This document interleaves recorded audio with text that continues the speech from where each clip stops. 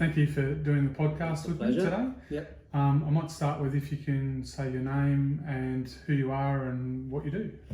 My name is Josef Selway. I'm a leather worker and boot maker, and I operate a small business in Brisbane.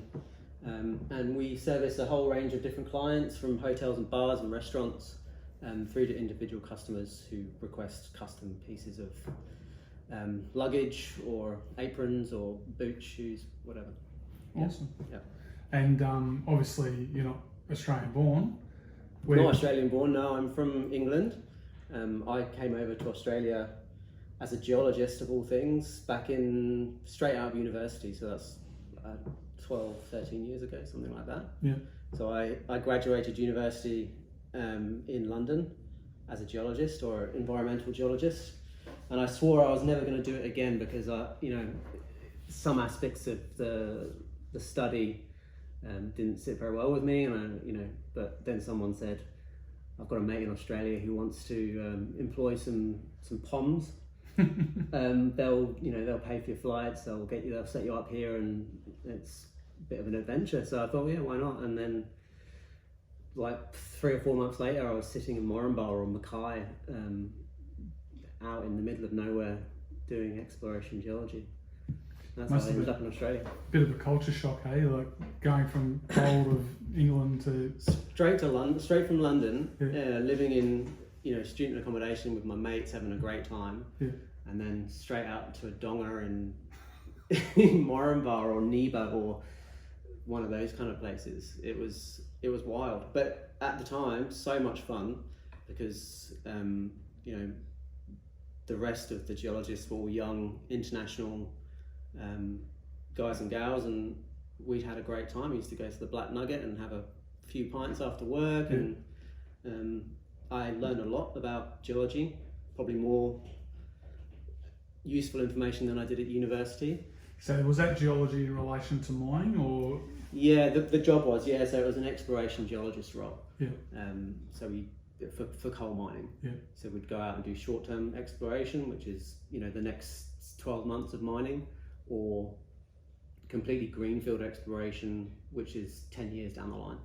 And that was probably the more fun because you end up going to really outback places. Yeah. Anyway, but that's not what I do anymore. No, so I was going to say, is it because you had boots that were failing you, or what was it that drove you into this industry? I think the commercial reality of geology, the same with so many different subjects, is very different to what you kind of romanticize about. So especially as you I stopped doing FIFO work because it's very difficult to sustain a relationship when you're in FIFO. Yeah. So I wanted to come back to Brisbane and have like a more of a kind of office job and better work-life balance. Yeah.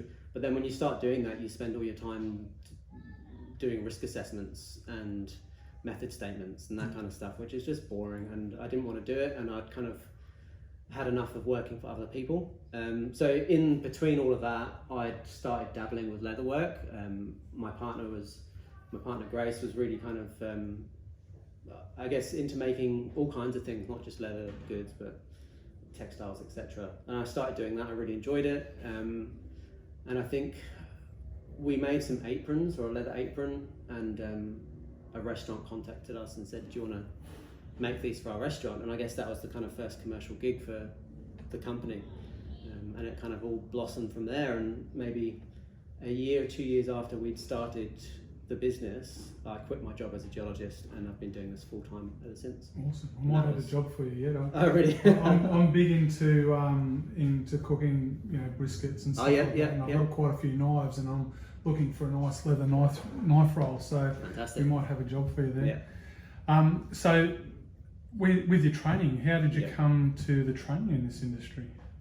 In this industry, leatherwork, I've done very little official training in this industry, and that has been where like the Industry Development Fund has really helped out, because there are so few opportunities in Australia to learn this from master craftsmen.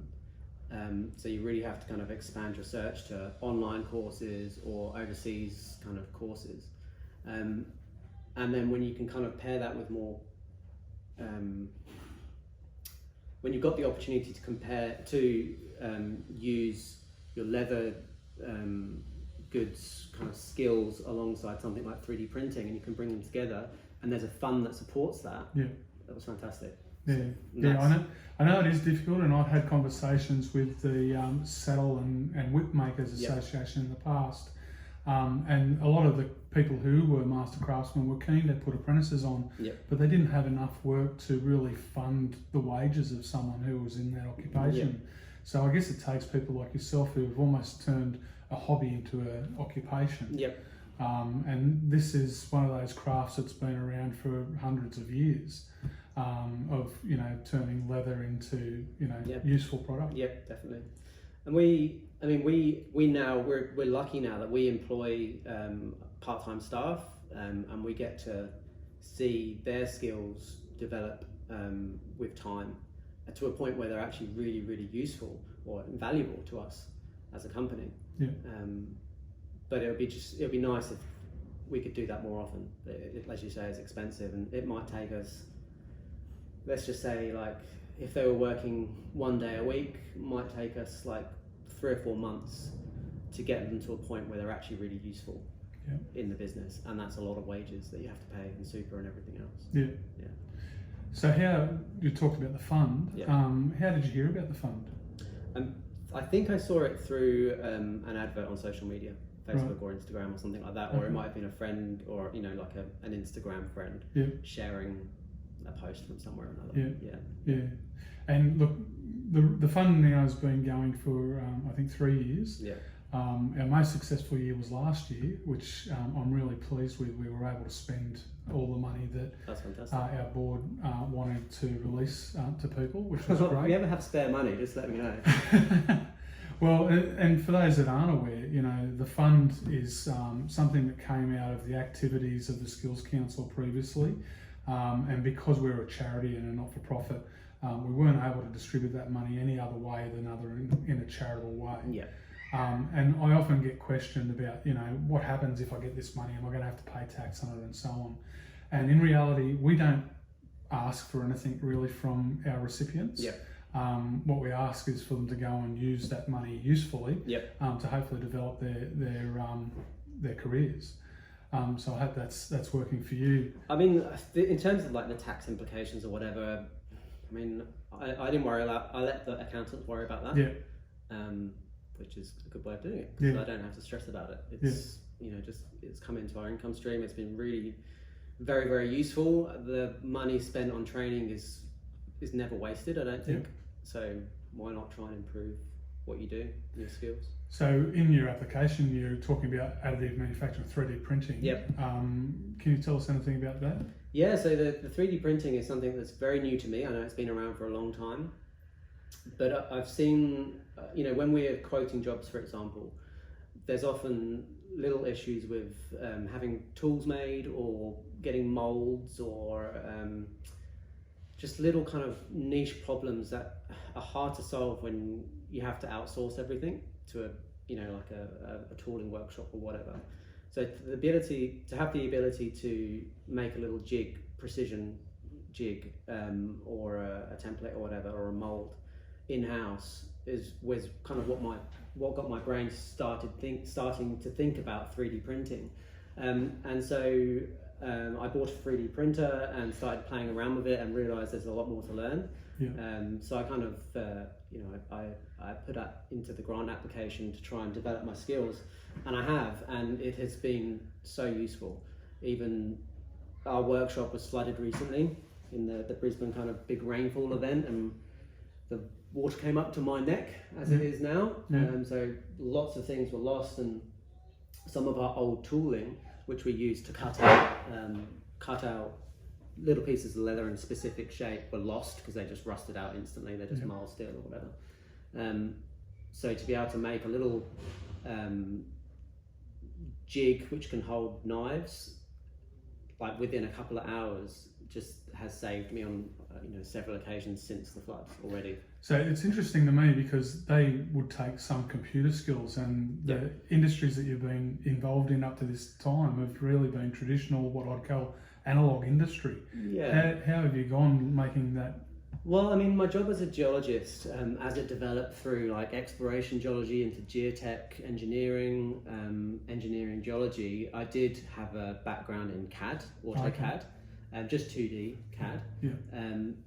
And being, I'm the kind of person that I need to create, a paper pattern or a 2D CAD model to be able to understand the construction or what I'm making. So I like to do that first. I tend to put things into CAD and then play with them in paper or whatever, make alterations and then come back into leather and make them like that. But converting the 2D CAD into 3D CAD is a big step. So I needed help with that, which is where, again, the money from the industry fund has helped me get online training in the 3D CAD modelling, which is very easy then just to convert to a file that the 3D printer can understand. Yeah. So you're talking about scanning as well in your application. Have you done anything in that area? Scanning is hard. Yeah. It's still unaffordable. Yeah. Basically, there's lots of things I would love to be able to do to scan an object and then 3D print it.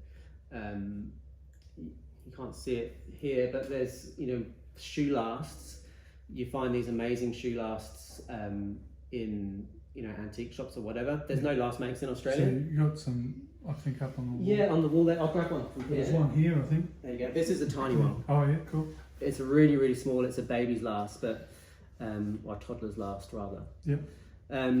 Having the ability to scan that and then 3D print the other side, because this isn't a pair. You only found one of them. Yeah.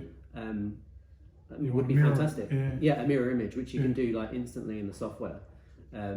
But to get this scan is going to be $300-400, which is just unaffordable. I can get a new pair made for that. Yeah. In England and get them shipped over. Yeah. But I don't know. I'm working on that idea, and I'm sure in time portable 3D scanners will become more affordable, and then we'll be able to fully utilise that technology as well. But it would be really useful, and I'd love to. Well, I'll continue to investigate it. Yeah. I think for me, and I was talking to a lady yesterday on the podcast about, I guess the resurgence in craft. Vinyl records is a good example of that. Are you finding that demand for your product is increasing for people wanting to have something handmade and not necessarily mass produced? There's definitely a demand for it. I mean, in the time that I've been in a full-time leather worker, say like 6-7 years or what have you, it's hard to say if the demand is growing or whether our skills are improving, so us as a brand are kind of increasing traffic, you know what I mean? Yeah. But there's definitely people that are willing to spend money on handmade things or things that are made in a traditional way, even though they may be able to find a similar thing online for a lot less. Having said that, there's still a massive kind of price-based there's definitely a group of people who are driven by price, and they wouldn't even consider something like that. Like a bag from us, because it costs, I don't know, $500, $600, $700 when you can go to Kmart and get something for like $50. Yeah, but it will last a lifetime. It will last a lifetime, but I think the people who buy from us like the interaction they have with us. And they like to see us making things through our socials or what have you, and just being a part of. I mean, as a customer, we're almost part of the kind of community. Like it's a weird relationship, but I like it. And the location you're in, there seems to be a lot of business that are sort of orientated in that way. Very much maker community sort of environment. Was that on purpose that you're here?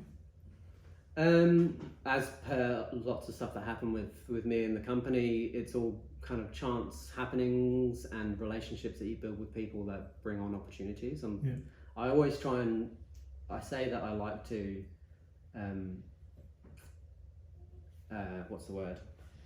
nurture opportunities. That's why I try and do on all of my kind of things is if there's something I need, I might nurture several opportunities and then choose the one that's best. and it was the same when we found this workshop. There were other workshops on the cards, but it just so happened that friends of ours had this place, and it was in a lovely area, and we met the people over the road who are, you know, just lovely people, and the other businesses here just have a lovely kind of, we all sit very well together. So there's a woodworker here and a plant shop and nursery. Yeah. And we all kind of tend to share customers. So people who come in looking for a handmade wooden spoon, then buy a plant, and then they'll come in here and buy something for whatever. Yeah. Yeah. So do you only do bespoke work, or do you do things that will go into a shop to order? Or we don't do any wholesale work. Right. Mostly because we can't make the margins work. Yeah. If you know, most shops want to mark up your products by 100%. Yeah. We can't afford to sell. We can't afford to sell stuff half price, which Yeah. is basically what we'd have to do. Yeah. And I don't want to scale the production side of things to a point where I'm just sitting at a machine all day doing this. Yeah, That's not fun No. for me. Having said that, we do work for hotels and bars and restaurants where we make, say, aprons in, you know, multiples of 50 or 100, Right. which then they use, but they don't sell. Yeah. Yeah. Do you put their logo or anything on it, or is Yeah, it? we have a, you know, we give our clients the opportunity to put their logo in embroidery or embossing or little metal tags or whatever Yeah. they want, really. We can Yeah. accommodate.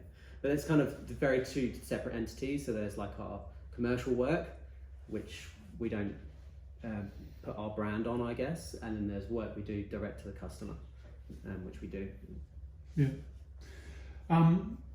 What about the tools that you use? You know, like you were saying, we're talking now about that, I guess, divergence of, you know, analog and technology. Yeah. When I arrived today, you're telling me about the damage to some of the tools that you've got. Yeah. Where do most of your tools come from? Most of our tools have been purchased on Gumtree or through factory clearances. For a lot of our machinery, like this splitter behind me, we purchased, there was a shoemaking factory closing down, and we bought the contents of the factory, the whole contents, all in one for a ridiculously cheap price for what it was. Yeah. There was 90% of the stuff we didn't need or want, so we sold, which meant that we basically got the 3 or 4 pieces that we did keep for nothing. Yeah. It was a lot of work, it was a couple of months' work, but it paid for itself and a bit more. But yeah, so things like this are completely analog. Yeah. There's no, you know, circuit boards or anything like that in them, Yeah. which means they can be repaired. So having just been submerged in water, it was wrecked as of 10 weeks ago, but you know, I've stripped it back, I've replaced all the bearings and had the wheels balanced and stuff like that, and it now works fine.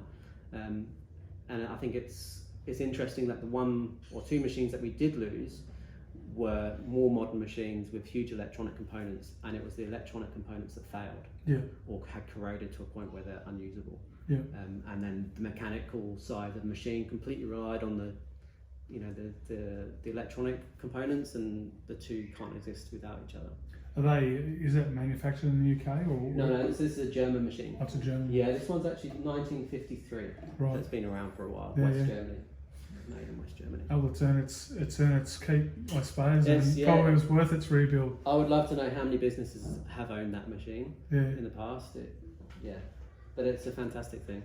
Yeah. But I mean, I'm not opposed to new machinery at all, and you know, I have a 3D printer down there, which has earned its keep as well already in the short amount What of is time. your 3D printer that you're using at the moment? It's as in specifically what Yeah, is the it? printing. It's a Flash Forge. Oh yeah. Yeah.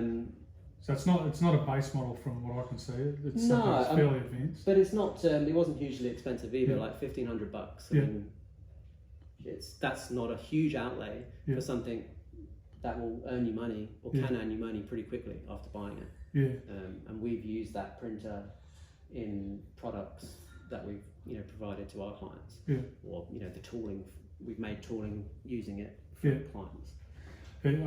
This was another comment that I made yesterday was you're from the UK, the lady who I met yesterday was also from the UK. It's interesting how people who come from the UK and come to Australia and we become Australia was renowned for things like Victor Miles and the Hills Hoist, and we were very inventive and entrepreneurial. And from what I've seen of what you do, you're adapting and finding ways to get across, hurdles where you can't get something down the street from the shop. Which I think is a very Australian sort of, and I hope you don't mind me saying, it's a very Australian way of doing things, because we were so distant from everyone for a long time. And I think the pandemic in recent times has made us distant again. Access to supply chains, access to getting materials, it makes things difficult. So it takes a tenacity and a willingness to go and pursue things that are not necessarily directly in front of you. I think especially with the heritage crafts like shoemaking or leatherworking, you have to be determined and tenacious to get to the suppliers that you need to. And it takes 100 emails to get 2 responses from suppliers, big suppliers. And if you kind of are nice to people and build relationships and go about it that way, as opposed to just demanding transactional stuff. Transactional stuff, then you might get somewhere.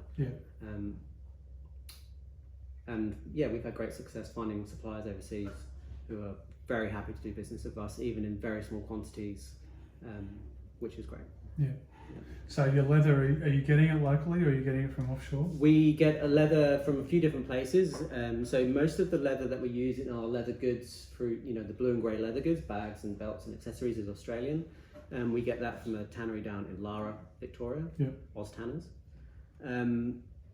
Whereas the shoe leather that we use is mostly European. The reason being, it's very hard to find calf leather or young leather in Australia, because as far as I understand, it goes straight from the beef suppliers or the dairy industry, and those young skins then get sent overseas almost straight away as part of like some contractual agreement with the abattoirs and the co-ops that own them. Whereas in Europe, it's very easy to get young skins, which you need for shoes. Because I know in Sydney, around I'm trying to think of the Botany, there used to be a lot of tanneries and that there, and they're not there anymore. I think there's 1 or 2 that are left, and trying to get anyone to invest, because it has never been a very nice process to tan skin. And EPA are very reluctant to, I don't know what it's like in Queensland, and I'm told there are some places around here that do it, but it's hard to find approval from the local environmental protection agencies to allow you to do something like that. So But it's interesting that if people often come to us with bits of leather that they've found in Morocco or somewhere like that, where there just isn't the same level of environmental protection. And I think it's fantastic that there is in Australia, even if it has meant that these tanneries exist in fewer locations. It's a nicer product, and we know that any effluent from the tannery is managed, processed, or it meets certain requirements. Standards, which is a good thing. I don't want to be using leather that's been made in a way that damages the environment. So where do you see your business going from this point? Well, I think I would like to be making more shoes and boots, custom shoes and boots. It's like leatherworking in the first place. It was a passion for me, and then it turned into a business. So I'm hoping I can do the same with the shoe and boot making, and to make more of them. I've been applying for more funding to help with training for that, various different funds.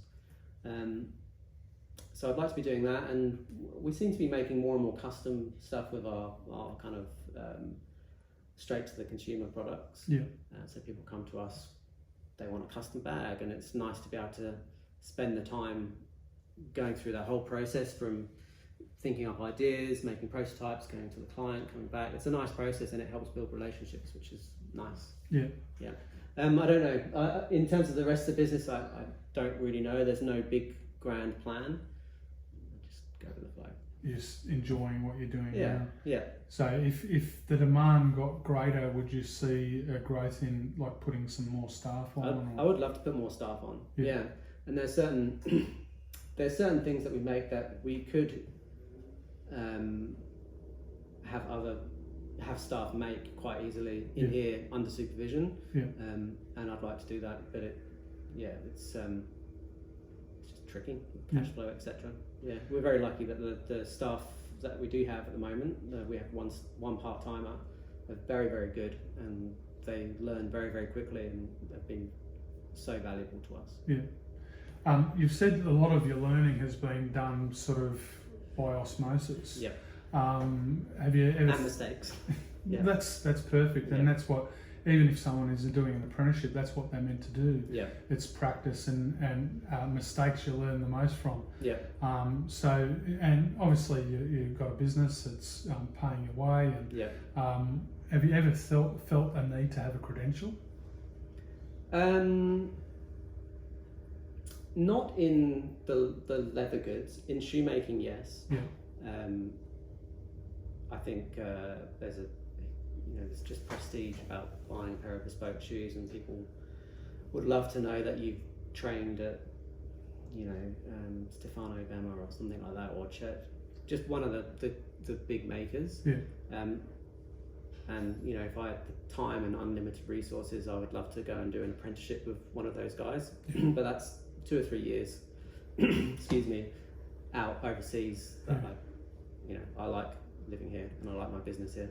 Blue and grey has a Louis Vuitton tone to it, though, don't you think? Yeah, I don't know about that, but we have got a brand, a certain aesthetic. Yeah. And we refuse a lot of work because people want us to make copies of other people's products, which we don't do. Yeah. People, I welcome people to come to us with a vision board, and then we'll make the blue and grey version of that. Yeah. But we're not up for direct copies. Yeah. Well, that's good. No, I think that is a credit to you. Would be all too easy to say, well, let's work off someone else's design or whatever, and make $1 out of it. Okay. So on to when you first heard about our scholarship fund, how did you work out exactly how you need to do the application? That's a good question. I can't remember. No, I know there was a video component, and we talked about that before. That I hate having my video taken, which is possibly evident. But I was aware that to submit a good application, I had to put in a good video. So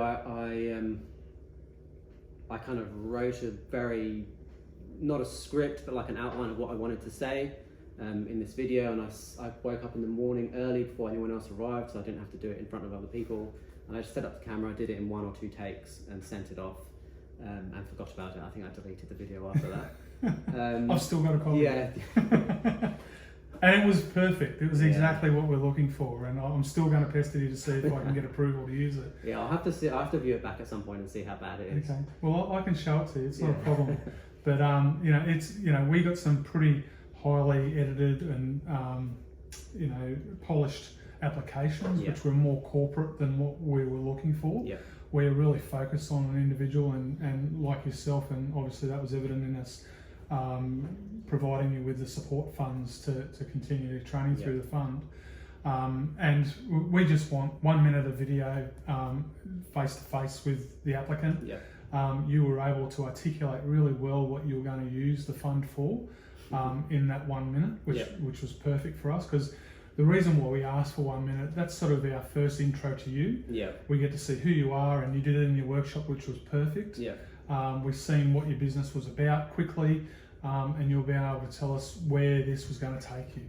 And that's what I think we're looking for from any applicant. Well, I'm glad that it came across like that, and it's a good experience doing the video, even if I don't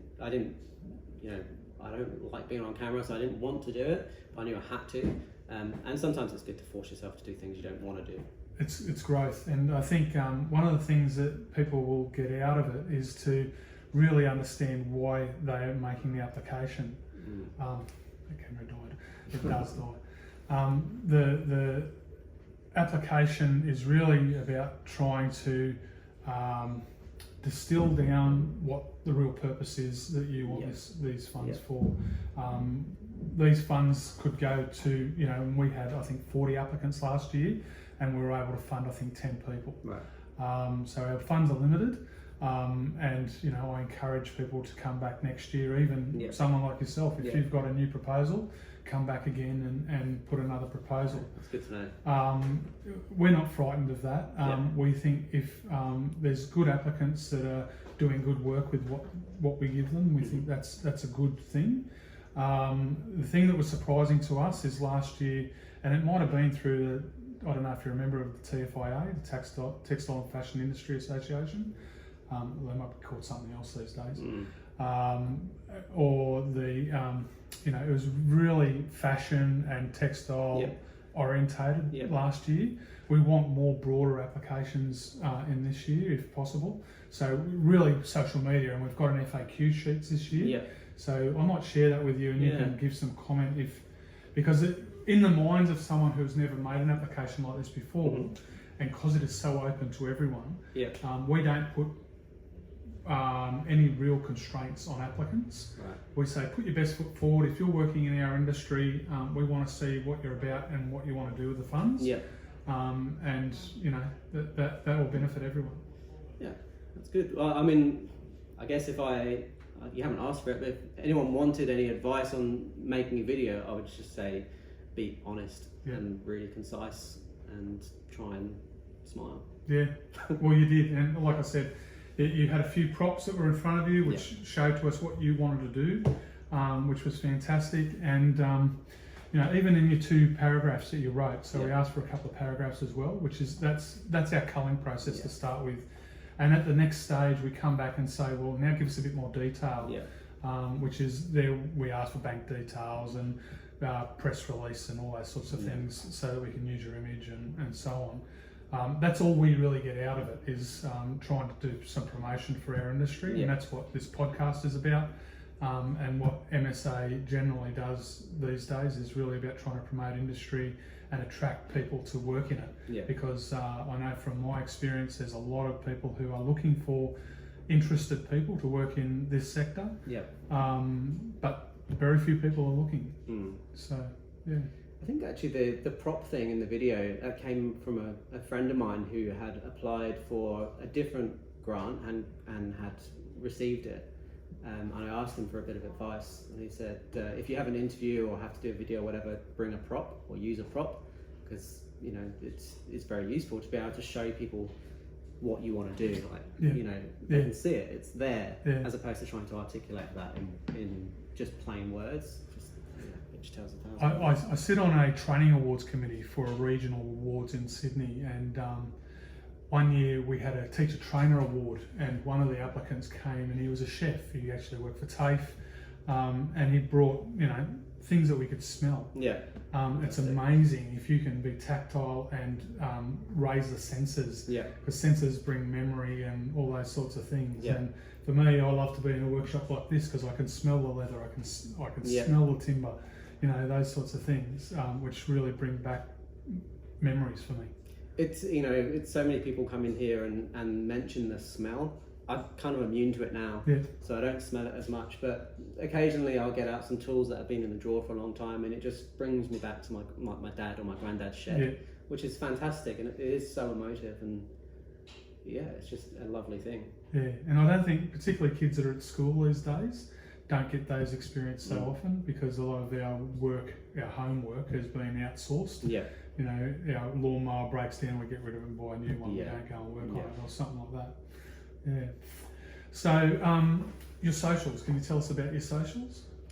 Our socials, so we have an Instagram that we use, and we found it to be extremely valuable, not only bringing customers in, but just creating or just having things to talk about with customers or other brands online. It's just been a great way of making new business and creating relationships within, you know, within the business, I guess.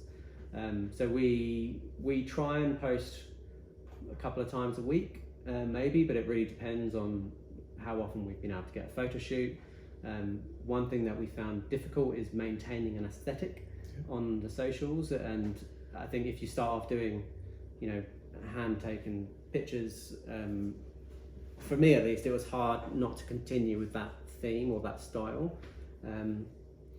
Sometimes it's proven to be, it's worked against us sometimes, because you end up having a break in your socials because you're waiting for the next set of photos to come through. Yeah. But yeah, it's a fantastic thing. Social You had a media. really nice one. You sent me an image where you had a flame. I think you must have been melting wax or something, maybe for edging. Yeah. And that was really, Yeah. really good. So with the some of the work I've done on shoes, I've videoed like the construction of a whole pair of shoes from start to finish, and that's, you know, considering it might be 80-90 hours of work to make a pair of shoes, editing that down and posting it as stories has really piqued people's interest, and they love seeing it. I'd really consider. I follow a guy on YouTube who's from the UK, and he does all sorts of boot work and stuff. Yeah, okay. I should find it and share it with you. He's really, really good. But he will get R.M. Williams from Australia sent to him, and he'll redo them and bring them back. Cobbler. Yeah. So he's not starting from scratch. Yeah. He's basically doing a lot of refitting and repair. But it's really, really interesting to see that stuff. I'm really interested in rare trades as well, blacksmithing, all that sort of stuff. So there's the show in the UK, the Repair Shop, which I do love. It's fantastic. But that program has been great for heritage crafts in general. There's you know, cobblers on there and clockmakers and whatever. That's a really good introduction for people to be able to see it, and then they get interested in, you know, what we do, which is great. And I think there's a cobbler who owns a shop or a couple of shops in, I think it's Leeds or Sheffield in the UK, but he's the kind of the shoe person on the Repair Shop. I met him at the Shoemakers Conference in England just in January, and he was saying how good it had been for him, and it's the same for the socials as well. It has a similar kind of, you're able to tell your story in 1 minute videos, which is great. Yeah, well, I encourage that a lot. I think this is the new medium. The new shop front really is YouTube and Instagram and stuff like that. If you use it in the right way, it's tasteful and useful. I think it's really beneficial. So what are your social tags? At Blue and Grey, BLUEANDGRAE, which is Blue and Grey. So I'm Blue, and my partner Grace is Grey. She calls me Bluey. Okay. Because I've got blue eyes. Right, yeah. So that's the Blue and Grey. Yeah. And website? Do you have a website? blueandgrey.com. Yeah. Yep. There is a Facebook, but we use that in tandem with Instagram just to kind of co-post things. That's about it. And if someone wants to get in contact with you to do work for them? You can go onto the website and fill out the contact form, or the email address is theworkshop@blueandgrey.com. Okay, cool. And that's leather work and shoe manufacture, boot and shoe. Yeah, shoemaking, boot making. We don't do shoe repairs. We leave that to the cobblers. That's what they're good at. And making custom pieces for your business, your bar, your restaurant, or just as a consumer, just want a nice bag. Awesome. So lastly, anyone who wanted to enter into your industry, what would your advice be? My advice would to be study up. There's a lot of information out there on the internet or at the library. Go to a library and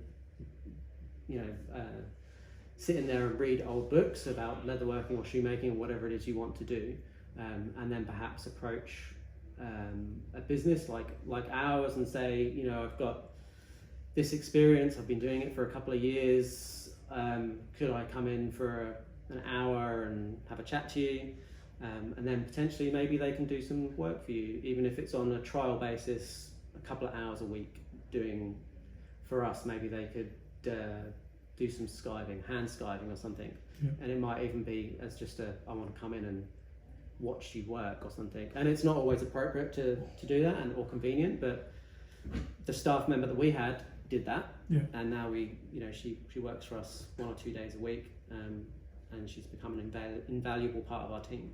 Awesome. Yeah. Okay, well, thanks very much, Joseph. I really appreciate your time today. Congratulations on being a recipient of the fund. Thank you. And I hope we see an application maybe from you in the future. Yeah.